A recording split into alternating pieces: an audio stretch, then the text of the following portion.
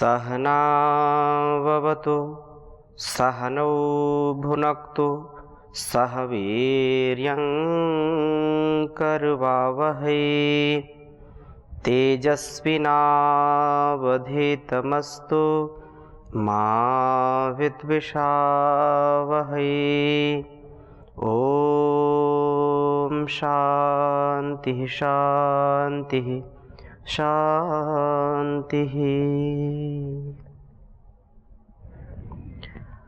वेदोक्त वाणी व्यवहार के स्वाध्याय में आप सभी का हार्दिक स्वागत है, अभिनंदन है। परमपिता परमेश्वर की वाणी, यह वेदवाणी कल्याणी जो हमारे जीवन को पवित्र करती है, इस वेदवाणी को हम आत्मसात करें और जीवन को उत्तम से उत्तम बनाएं, जहाँ हमारा संपूर्ण जीवन व्यवस्थित हो, मर्यादित हो, अनुशासित हो। एक व्यक्ति राष्ट्र की अभिव्यक्ति होता है और इस संपूर्ण संसार का जो राजा है वो परमपिता परमेश्वर है।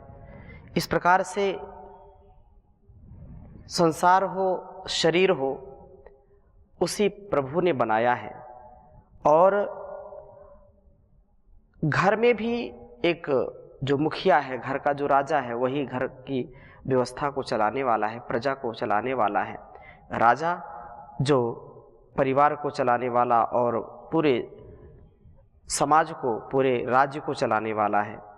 तो आज हम चर्चा करेंगे वाणी के ऊपर ही, एक राजा का कर्तव्य क्या है, और जो है वाणी के विषय में बहुत सुंदर इसमें चर्चा की है कि कैसे राजा, प्रजा, व्यक्ति और समष्टि, एक व्यक्तिगत जीवन में और सामाजिक जो हमारा जीवन है उसमें हमारा कैसा व्यवहार होना चाहिए, वाणी का व्यवहार कैसा हो, तो उस विषय में समझेंगे। पहले वेद मंत्र लिखता हूँ। यजुर्वेद के 6ठे अध्याय का 31वां मंत्र है। ओम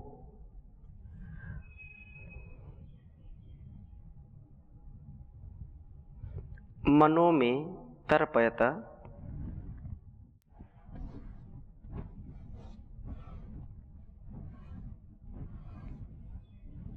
मनो में तर्पयत वाचम में तर्पयत।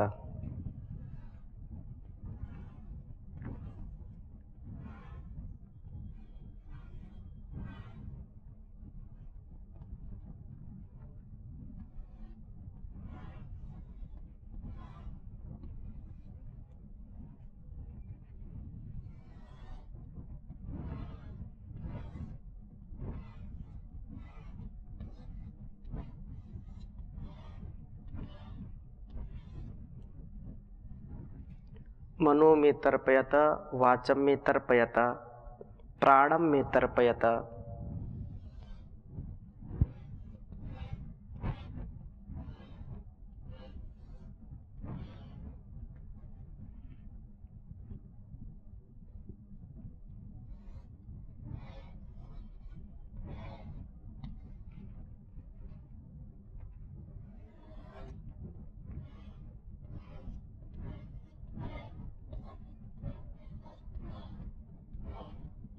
चक्षुर में तर्पयत।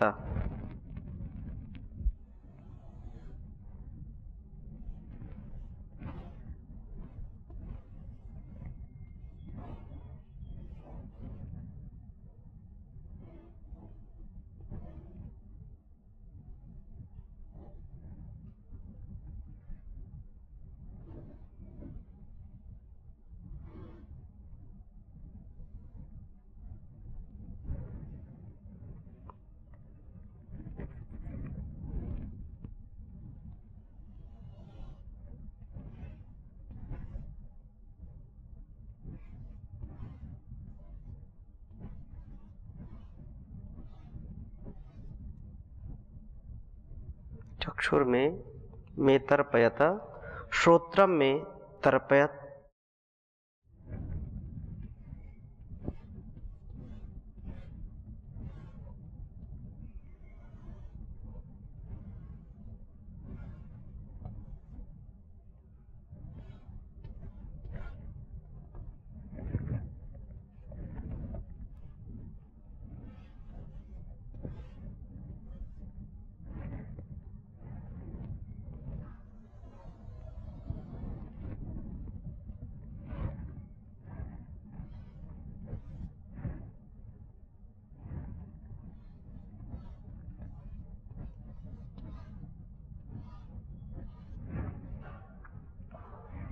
तर्पयतात्मानं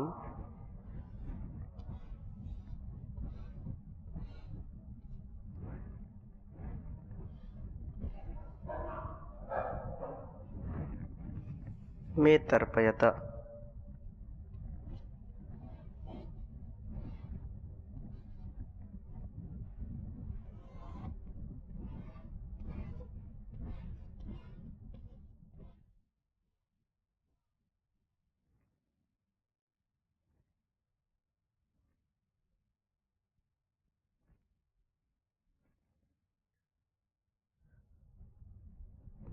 प्रजां मे तर्पयत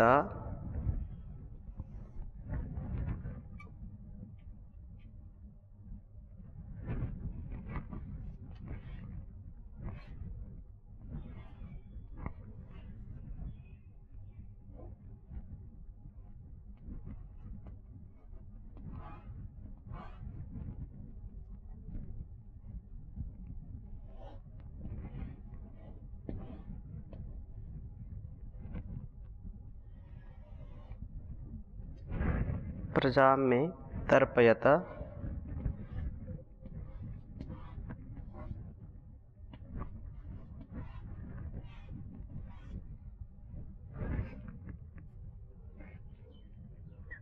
गणान् मे तर्पयत।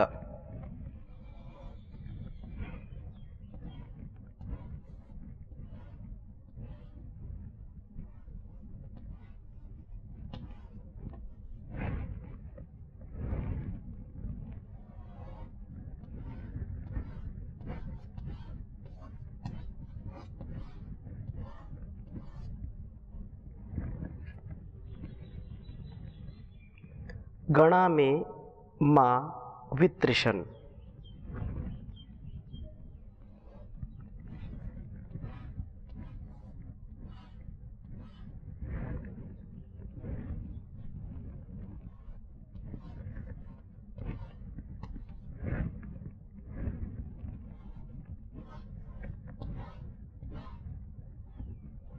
माँ वितृषन्।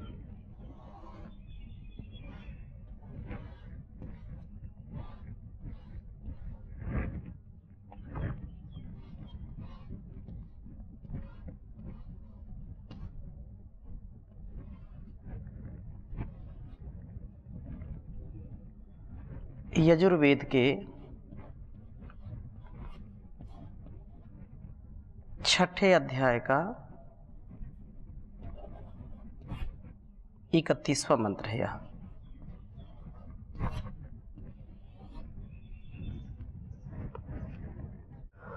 ओम मनो मे तर्पयत वाचं मे तर्पयत प्राणं मे तर्पयत चक्षुर्मे तर्पयत श्रोत्रं मे तर्पयत आत्मानं मे तर्पयत प्रजां मे तर्पयत पशून् मे तर्पयत गणान् मे तर्पयत गणा मे मां वितृषन्। बहुत ही सुंदर वेद मंत्र है यह। प्रस्तुत मंत्र में राजा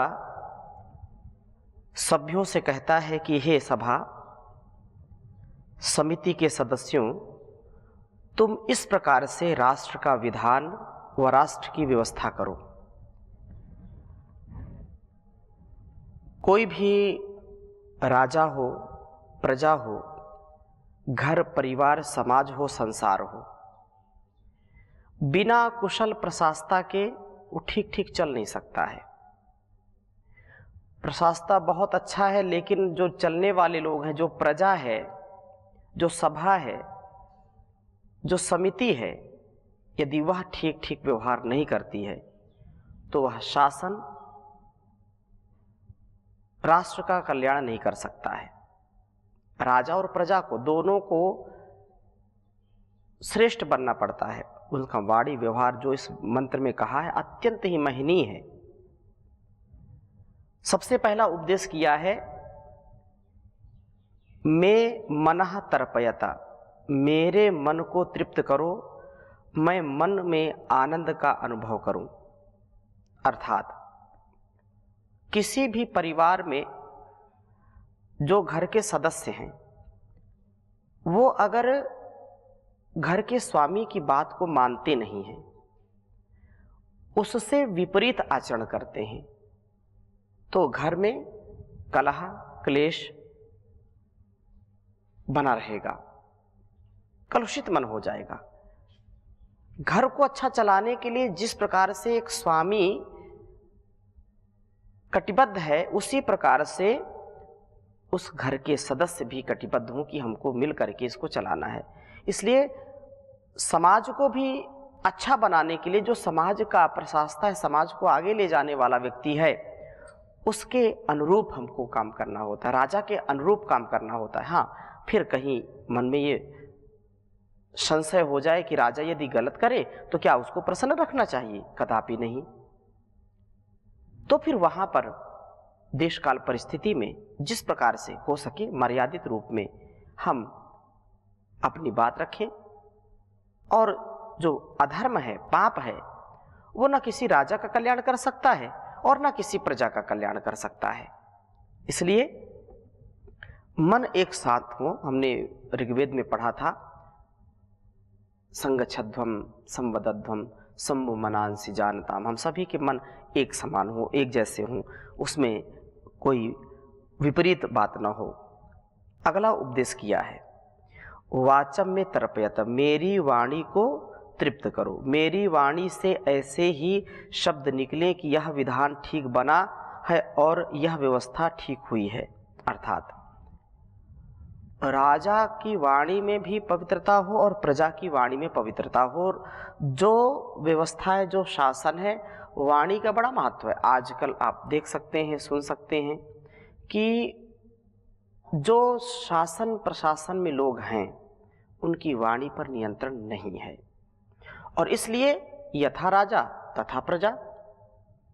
अगर राजा श्रेष्ठ है, जैसा उसके कथनी और करनी में अंतर नहीं, उसकी वाणी शुद्ध पवित्र है और वो अपने शब्दों को, अपने वचनों को कभी भी भूलता नहीं है, अपने दिए हुए वचन को पूरा करता है, जो विधान वो करता है उसको स्वयं जीता है और समाज के, राष्ट्र के, राज्य के कल्याण के लिए उसको दूसरों से भी करवाता है। तो वाणी का भी दुरुपयोग न हो। आज पक्ष प्रतिपक्ष क्या क्या बोलते हैं, और एक दूसरे के ऊपर यदि राष्ट्र के कल्याण की भी बात कोई करता है तो उनको विरोध ही करना है, ऐसा कभी नहीं होना चाहिए। हाँ, फिर कभी लोग कहते कुछ हैं करते कुछ हैं, ऐसा नहीं होना चाहिए। एक राजा का जो वाक व्यवहार है, जो वाणी है, वो अत्यंत ही वो अमोघ वाणी होनी चाहिए। अर्थात एक बार जो कह दिया उसके लिए उसको करने में कभी कोई संकोच नहीं करना चाहिए। सोच विचार करके राष्ट्र के, प्रजा के कल्याण के लिए जो भी शब्द हो, जो भी विधान हो, वही शब्द बोले, जिससे कभी प्रजा में असंतोष न हो। जैसे प्रजा में सुख दुख की स्थिति आती है तो ऐसे वाणी का प्रयोग करें, ऐसे शब्दों का प्रयोग करें जिससे लोगों को तृप्ति मिले, जिससे लोगों को उत्साह मिले। कभी भी हतोत्साहित करने वाले शब्द ना बोले जाएं राजा की ओर से। मेरी वाणी से ऐसे शब्द निकले, यह विधान ठीक है और व्यवस्था ठीक हुई है, तो उसको वैसे जीना। प्राणम में तर्पयता, मेरे प्राणों को तृप्त करो प्रभो, मुझे जीवन में संतोष का अनुभव हो। चक्षुर में तर्पयत, राष्ट्र में चतुर्दिक उन्नति को देख करके मेरी आंखें तृप्ति का अनुभव करें। श्रोत्र में तर्पयत, देश विदेश में सर्वत्र राष्ट्र की प्रशंसा सुनकर मेरे कान तृप्त हों। ये मेरे संपूर्ण इंद्रियां, कितना कुशल राजा! ये तो भारतवर्ष चक्रवर्ती सम्राट देने वाला राष्ट्र है, पूरे भूमंडल पर अपना शासन प्रशासन सुव्यवस्थित मर्यादित चलाने वाला राष्ट्र था। आज देश की स्थिति को भी हमको विचार करना है और भी यह अच्छा बने। हमारे जो प्रधानमंत्री हैं, राष्ट्रपति हैं, वो और इस कार्य को आगे बढ़ाएं जिससे हमारा राष्ट्र विश्व गुरु बने। ये भारतवर्ष है जो संपूर्ण समष्टि को, संपूर्ण धरती को स्वर्ग बना सकता है। तो मेरा देश, मेरा समाज इतना उन्नत हो कि मुझे तृप्ति हो, संतोष का अनुभव हो और चारों ओर उन्नति ही उन्नति हो, अवनति कहीं ना हो, ऐसा वातावरण हो जाए। और मेरे देश का, मेरे समाज का इतना उत्कृष्ट कर्म होना चाहिए कि चारों ओर इसकी प्रशंसा ही प्रशंसा हो, कहीं जो है अप्रशंसा ना हो, अपमान ना हो। आत्मानम में तर्पयता, इस राष्ट्रोन्नति में मैं अंदर ही अंदर आत्मा में संतोष मानूं, परंतु इससे भी बढ़कर बात यह है कि तुम्हारा विधान व व्यवस्था ऐसी हो जिससे कि तुम में प्रजा तर्पयता, मेरी सारी प्रजा को प्रेरित करने वाले बनो, प्रजा में संतोष हो, प्रजा उन्नति पथ पर आगे बढ़े। पशुओं में तर्पयता, राष्ट्र को, पशुओं को भी तुम प्रेरित करो, तुम्हारी व्यवस्था में गौ इत्यादि उपकारी पशुओं का भी यह खूब आप्यायन हो। एक राजा के जो मंत्री हैं, जो सभा है, जो परामर्श देते हैं, जो निर्णय करते हैं, किसी भी देश में, किसी भी काल में आप देखिए, यदि राजा को मंत्रणा देने वाले मंत्री अच्छे हैं, सेनापति अच्छा है, एक एक सिपाही उसका अच्छा है, तो वह राष्ट्र अपने आप उन्नति करता है। और जिस राष्ट्र में, जिस राज्य में, जिस समाज में ये लोग भ्रष्ट हो जाते हैं, प्रशासन के लोग भ्रष्ट हो जाते हैं, झूठ बोलना, चोरी करना, खुद राष्ट्रद्रोह करना, ऐसा राष्ट्र कभी उन्नति नहीं करता और प्रजा भी दुखी होती है। इसलिए जो भी शासन प्रशासन में हो, उसका ये कर्तव्य है कि राष्ट्र सर्वोपरि, इदम राष्ट्राय इदं न मम, मेरा मन, मेरी वाणी, मेरा व्यवहार इतना अच्छा हो, मेरा बोलना, मेरा सुनना, मेरा देखना इतना अच्छा हो कि मेरे से किसी को कष्ट ना हो, और इस राष्ट्र में इतनी उन्नति हो कि वो मुझको देख करके कष्ट ना हो, मेरे से दूसरे को कष्ट ना हो, और जो देश समाज की परिस्थिति है उसको देख करके, सुन करके मेरे अंदर भी उद्वेग ना आए, मेरे अंदर भी जो है दुख या क्लेश ना आए, चारों ओर सुख समृद्धि यश कीर्ति हो। पशुओं में तर्पयता, राष्ट्र के पशुओं को भी तुम प्रेरित करो, तुम्हारी व्यवस्था में जो उपकारी पशु हैं वे भी तृप्त हों, खूब आप्यायन हो। गणान में तर्पयता, अपनी व्यवस्था में मेरे सैनिक गणों को भी तृप्त करो। मैं गणा, मेरे ये सैन्य गण माँ वितृषण, प्यासे ही ना रह जाएं, इनके वेतन आदि की व्यवस्था बड़ी ठीक हो, अन्यथा राष्ट्र की रक्षा संभव न होगी। इन्हें भी समय पर राष्ट्र रक्षा के लिए अपने प्राण देने पड़े तो कभी संकोच न करें।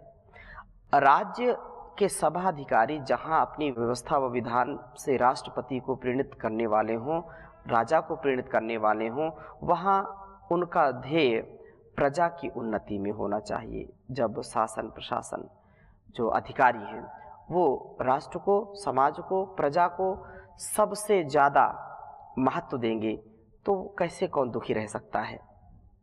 और प्रजा की उन्नति में अपनी उन्नति समझें, प्रजा को अपने पुत्रवत समझें, पशुओं का विकास करें, जो हमारे लिए कल्याणकारी पशु हैं उनका वध नहीं, उनकी हिंसा नहीं, हत्या नहीं, उनको बढ़ाएं ताकि राष्ट्र पशुधन से परिपूर्ण रहे।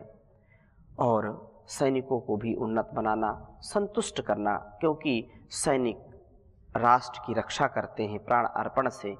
यदि सैनिक सीमाओं पर अपनी मेहनत ना करें, खून पसीना ना बहाएं, यदि वहाँ पर वो अपने उत्तरदायित्व का निर्वहन न करें तो राष्ट्र कभी भी सुख चैन की नींद नहीं सो सकता है।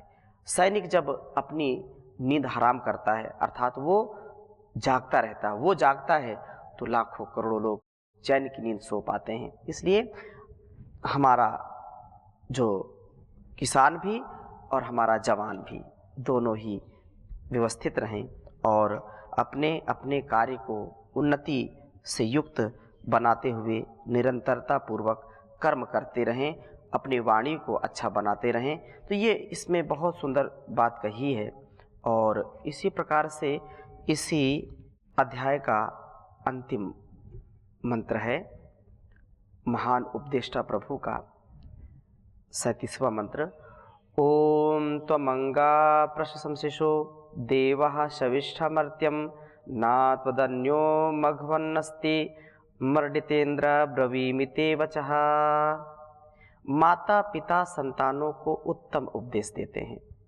पिछले मंत्र में इसका वर्णन किया है। माता पिता अपने संतानों का, आचार्य शिष्यों का तथा राजा प्रजा सर्वतः शोधन करें, उन्हें बुराइयों से दूर करें, जिससे सब संतान परस्पर संजान वाली हो, विशेष ज्ञान प्राप्त करने वाली हो। तो इस मंत्र में कहा है कि शविष्ठः अतिशयन शक्तिमान प्रभो त्वम आप देवः, ज्ञान की ज्योति से दे दीप्यमान हो, इस ज्योति से आप औरों को दीप्त करने वाले हो तथा सभी को आप ही ज्ञान को देने वाले हो। आप शीघ्र ही इस मृत्यु धर्मा मनुष्य को जो है प्रकृष्ट ज्ञान देते हैं।